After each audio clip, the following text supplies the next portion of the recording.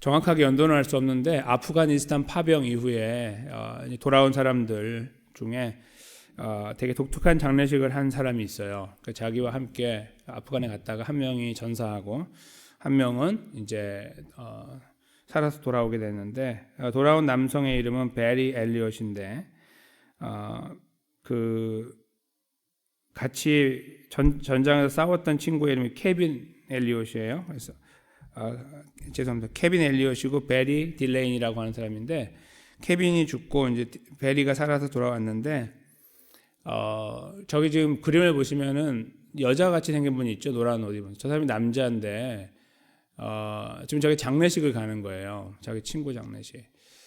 그래서 이제 왼쪽에는 이제 너무 힘들어가지고 이제 무릎 꿇고 울고 있는 거고 오른쪽 그림 잘 보면 이렇게 울고 있는데 왜 저렇게 바보 같은 옷을 입고 장례식에 갔을까요? 무슨 장례식이 장난도 아닌데 저것은 약속 때문이었습니다. 둘이 전장에서 싸우다가 이렇게 약속을 했대요. 우리 둘 중에 한 명이 죽으면 장례식에 여자 옷을 입고 가자. 우스갯소리로 이야기했는데 그것은 웃자고 한 이야기가 아니고 우리가 죽도록 싸워서 살아서 돌아가자 그 말이었다는 거예요. 절대로 죽지 말자. 그 말을 이제 그들은 저렇게 했는데 결국 죽었잖아요. 그러니까 이제 그 약속을 지킨 거예요. 친구는 나름 이제 그렇게 하기 위해 저렇게 왔다. 저게 이제 큰 토픽이 됐었죠. 신문에서. 이 그림이 보여주는 이 사건이 보여주는 것은 뭐냐면 단순히 약속이 소중하니까 목숨을 다해 지켜야 된다라는 차원의 이야기도 되겠지만 더 중요한 것은요. 이들이 보여주는 사실이에요. 그거는 우리는 약속을 해서 뭔가 지킬 수가 있는데 지킬 수 없는 것이 있어요. 그것은 생명에 대한 문제라는 거죠. 그 누구도 내가 너를 위해 뭐 죽겠다고 말하는 것도 사실은 불가능한 문제고 둘째로는 내가 너를 살려줄게. 내가 너를 보호해줄게라는 말도 사실은 다 허무맹랑한 소리예요. 따지고 보면. 우리가 어떻게 그렇게 합니까? 할 수 있어 보이는데 사실 우리가 먼저 죽을 수도 있고 우리가 먼저 사고를 당해서 어려움에 처할 수도 있어요. 그런 걸 전혀 생각하지 못하는 앞날을 생각하지 못하는 굉장히 편협되어 있는 한계를 갖고 있는 인간이 그냥 생각 없이 말하는 말들이에요. 물론 진심을 다해서 하겠죠. 그렇지만 이루지 못해요. 이 사건은 바로 이 케이스가 바로 그것을 정확하게 드러내고 있다. 우리는 약속을 여러 가지를 하지만 생명에 대한 것은 함부로 하지도 못하고 해서도 안 되고 감당할 수도 없는 문제다. 그걸 저에게 정확하게 보여주고 있죠. 근데 오늘 시편 기자는요 이렇게 말합니다. 내가 살아갈 수 있는 이유는 하나님 말씀이다. 하나님의 약속이다. 이렇게 말합니다. 어떻게 해서 이 시편 기자는 그런 고백을 드릴 수 있었을까요? 저희처럼 이런 사건들을 봤기 때문일까요? 그럴 수도 있겠죠. 그렇지만 그는 다른 이유가 있습니다. 그걸 저희가 잠깐 찾아보려고 하는데요. 119편이 이제 마무리되어 가고 있죠. 두 번 저희가 또 살피면 이제 끝나는데요. 알파벳 20번째 레시라고 하는 단어로 쭉 시작되어 있는 시편입니다. 8개의 구절로 구성되어 있는데 이 시편 기자가 지금까지 쭉 저희가 읽어온 바에 따르면 고난, 고통, 뭐 악한 사람들, 원수들 이런 말들이 계속 나와요. 시편 이 119편에 보면. 그래서 그것이 이제 어떤 분들은 이제 우리의 원수라고 하면 나를 힘들게 하는 사람, 고난이라고 하면 내가 어떤 경제적인 고난, 어떤 미국에 살면 여러 가지 환경적인 고난 이런 것들이라고 생각하는 경우가 많이 있는데 사실 오늘 저희가 이제 이 말씀을 보다 보면은 그게 어떤 것인지 정확하게 실체가 드러나는데 그걸 잠깐 살펴보겠습니다. 오늘도 이 시편 기자는 나의 고난을 좀 돌보아 주십시오. 나를 건져 주십시오. 이렇게 처음 153절을 시작하고 있음을 보게 됩니다. 여전히 같은 흐름 속에 있다는 것을 알게 되는데요. 그리고 하나님을 향해서 나를 구원해달라고 154절 이야기하고 있고 그런데 거기 155절에 보니까 바로 악인들이 나오죠. 그래서 본인은 구원을 향해 가고 하나님의 구원의 은혜를 달라고 살려달라고 하고 있는데 악인들은 그것에서 멀다 이렇게 표현하고 있다는 것이 인상적이에요. 악인들도 자기들이 잘 먹고 잘 사고 싶으니까 뭔가 나쁜 일을 하고 있는 거 아닙니까? 그렇죠? 그리고 거기에서 자기들도 뭔가 자기들의 신에게 구하고 있을 줄 몰라요. 참 어리석고 좀 허무맹랑한 일이지만 그런 일들이 벌어질 수 있습니다. 그렇죠? 악인들이 자기 신에게 기도하면서 악을 잘하게 해달라고 기도하는 건 충분히 가능한 이야기예요. 자기들의 악을 분별하지 못해서 그럴 수도 있지만 우리 인간이 악해서 그래요. 우리가 악한 것을 하는데도 기도를 하는 거죠. 자기 신에게. 물론 하나님 백성들이 그렇게 기도한다는 것은 말도 안 되는 거 하면 절대 들어주지 않으시는 문제죠.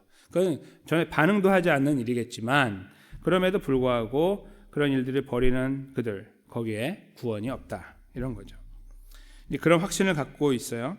그러면서 계속해서 본인을 향해서 이야기하기를 하나님 말씀, 규례들을 따라 나를 살려달라고 기도하고 있죠. 그러니까 이 규례는 하나님 말씀인데요. 약속의 말씀을 따라 나를 살려주십시오. 계속해서 악인들의 이야기를 좀 더 들여다보겠습니다. 57절, 58절인데요. 잠깐 보시면 나를 핍박하는 자들, 나를 대적하는 자들 맞죠? 그들이 많다는 겁니다. 그런데 나는 하나님 말씀에 떠나지 않았다. 그 다음 보십시오. 주의 말씀을 지키지 않은 거짓된 자들, 똑같은 자들이죠. 그들을 보고 내가 슬퍼했습니다. 여기에서 저희가 악인이 무엇이군 하는 것을 알게 돼요. 여기 지금 드러나는 대로 대적들, 핍박하는 자, 거짓된 자들은 다 어떤 자들이냐 하면 하나님 말씀을 따르지 않는 자들 또는 하나님 백성이 아닌 자들을 말하는 거예요. 그러니까 조금 더 정확하게 말씀드리면 우리가 하나님 백성답게 살려고 하는데 그거를 방해하는 자들을 원수라고 그러는 겁니다. 아시겠죠? 그러니까 하나님의 백성답게 나는 하나님의 말씀을 따라가려고 하고 지키려고 하는데 우리를 막아서는 것들이 있잖아요. 사람이기도 하고 환경이기도 하고 상황 또 이 시간이기도 하고 그 주변에 그 상황들이 원수라는 거예요.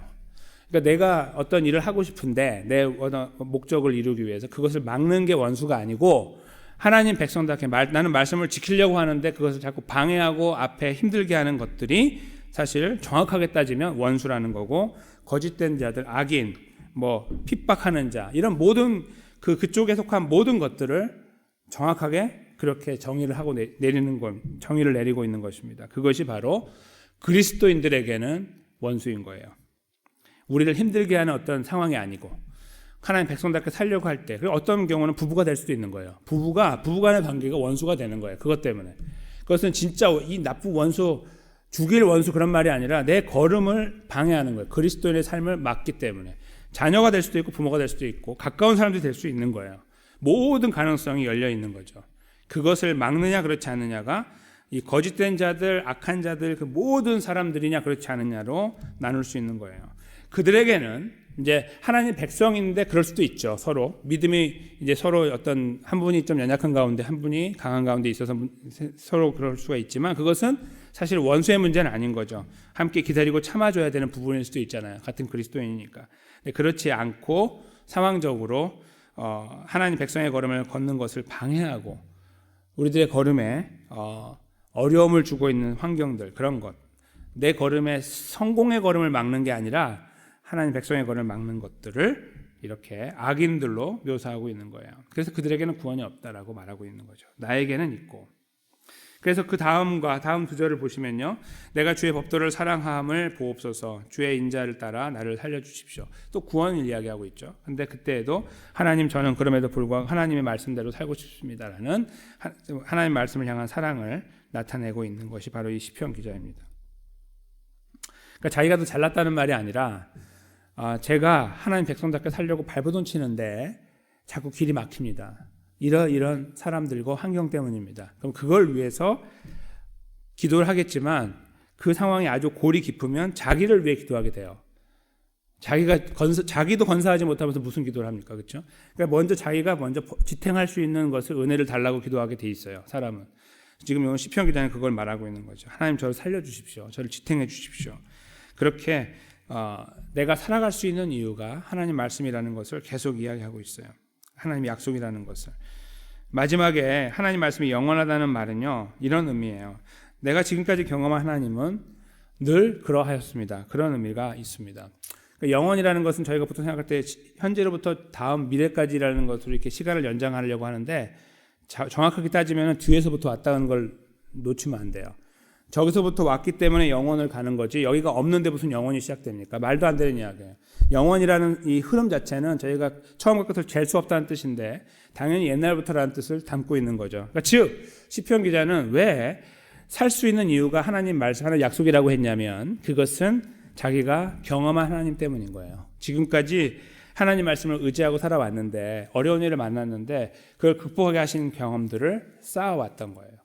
그러니까 그 경험 위에서 오늘도 새로운 시편을 쓰고 있는 거예요. 그 시편의 내용은 여전히 자기가 하나님 백성답게 살고 싶은데 그것을 막는 상황들이 여전히 있다는 거죠. 근데 그것을 내가 극복하면서 이 걸음을 갈 수 있도록 해달라고 기도하는 것입니다. 그래서 그는 이 놀라운 경험 위에, 그 바탕 위에서 확신 가운데 내가 살아갈 수 있는 이유는 하나님의 약속이다라고 고백하고 있는 것입니다.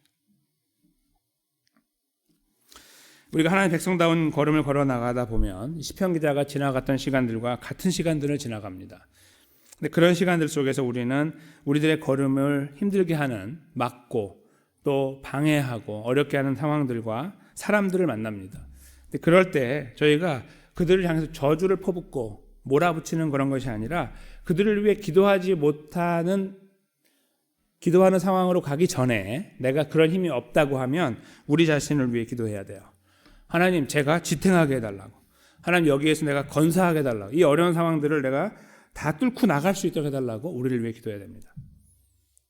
그 생명의 근거가 하나님 약속입니다. 근데 그때 우리가 질문할 것이 있습니다. 시편 기자가 말한 것처럼 약속에 대한 이야기를 우리에게 할 때 우리에게는 그 약속에 대한, 하나님의 약속에 대한 경험들이 있느냐 없느냐를 따져볼 필요가 있습니다. 여기 계신 분들 우리 걸어오시면서 기도의 시간들을 오랫동안 걸어오시고 그 안에서 하나님 어려운 일 만날 때 기도하고 왔고 하나님 의지하고 왔습니다. 그렇죠? 근데 그럴 때에 하나님께서 우리의 삶을 어떻게 하셨습니까? 그걸 돌아볼 필요가 있다는 것이죠. 단순히 시편 기자가 이랬대라가 아니라 그가 그렇게 했던 것처럼 우리는 그런 것들 없었던가? 우리 삶에서는 그런 하나님이 경험되지 않았었던가? 라고 우리 스스로에게 질문한다는 겁니다. 그리고 그 하나님을 다시 기억해내는 겁니다. 하나님 어떻게 내 삶을 주장해 오셨는가? 얼마나 신실하심으로 함께하는가? 그 하나님에 대한 기억을 더듬어 보고 찾을 수 있을 때 우리는 다시 한번 기도할 힘을 얻게 되는 것입니다. 우리의 삶을 온전하게 맡길 수 있는 힘을 얻게 돼요. 이 약속의 근거가 살 수 있는 이유가 되는 약속이요. 더 감사한 사실이 있습니다. 그것은 무엇이냐면 요한복음 1장 14절 말씀에 드러나 있습니다. 여기를 저희가 한 목소리로 읽어보겠습니다. 바로 그 약속의 말씀이 어떻게 됐다고 표현하고 있습니까? 읽겠습니다. 시작. 말씀이 육신이 되어 우리 가운데 거하심에 우리가 그의 영광을 보니 아버지의 독생자의 영광이요 은혜와 진리가 충만하더라. 아멘. 바로 이 생명의 말씀, 우리를 살리는 말씀, 이 말씀, 약속의 말씀이 육신이 되었습니다. 바로 예수 그리스도로 이 땅에 오셨다는 말씀이죠. 우리를 십자가 부활로 구원하시는 일을 완성하신 겁니다. 즉 오늘 시편 기자는 이걸 보지 못해서 계속해서 바라보면서 예수님의 십자가를 바라보는 어떤 그런 입장에서 걸음을 걸었다고 하면 우리는 예수님의 십자가를 뒤를 돌아보면서 걷는데 그것이 어떻게 십자가가 어떤 의미인가를 봤더니 오늘 시편 기자가 말했던 하나님 약속이라는 것을 알게 된 거예요. 약속의 말씀이라는 거. 근데 약속의 말씀이 약속으로 존재하다가 결국은 예수님 십자가에서 완성이 된 거죠. 더 이상 어떠한 행위도 필요 없도록 완전하게 완성이 된 거예요. 바로 그것이 오늘 요한복음 1장 12절, 14절 말씀에서 증거되고 있는 것입니다. 그러니 저희에게는 얼마나 감사한 것입니까? 우리의 생명의 근거가 되고 살아갈 근거가 되는 약속의 말씀이 약속으로 존재하는 것이 아니라 완성됐으니 얼마나 감사하냐는 겁니다. 그걸 우리가 바라보고 있으니, 그래서 그 약속 위에 서서 우리가 우리들의 걸음을 걷고 있으니 얼마나 감사하냐는 것입니다.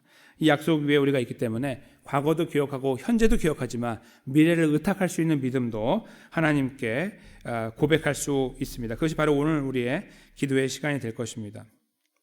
우리가 초라하다 할지라도 하나님 앞에서 우리 자신을 다 드러내고요. 대신에 우리를 감추지 말고 다 드러내되 예수 그리스도의 이름으로 기도하면, 우리의 구원자 예수님의 이름으로 기도하면 우리 하나님 아버지께서 우리의 기도를 들으시고 우리에게 은혜를 베푸시고 우리 걸음을 인도해 나가십니다. 우리는 경험해왔던 바로 그 하나님의 역사를 오늘도 내일도 이번 걸어가는 걸음 속에서도 계속해서 하나님께 의탁할 수 있는 것입니다. 그것이 어떠한 것이건 간에 말이죠. 우리의 삶의 문제이건 영적인 문제이건 육적인 문제이건 경제적인 문제이건 환경적인 문제이건 하나님의 백성으로 살기 위하여 그 길로 가기 위하여 하나님께 구하는 우리의 기도는 주님 앞에 참으로 아름다운 기도일 것입니다. 하나님, 그렇게 하여 내가 하나님께 영광을 돌리게 해주십시오. 이렇게 기도한다는 말이죠.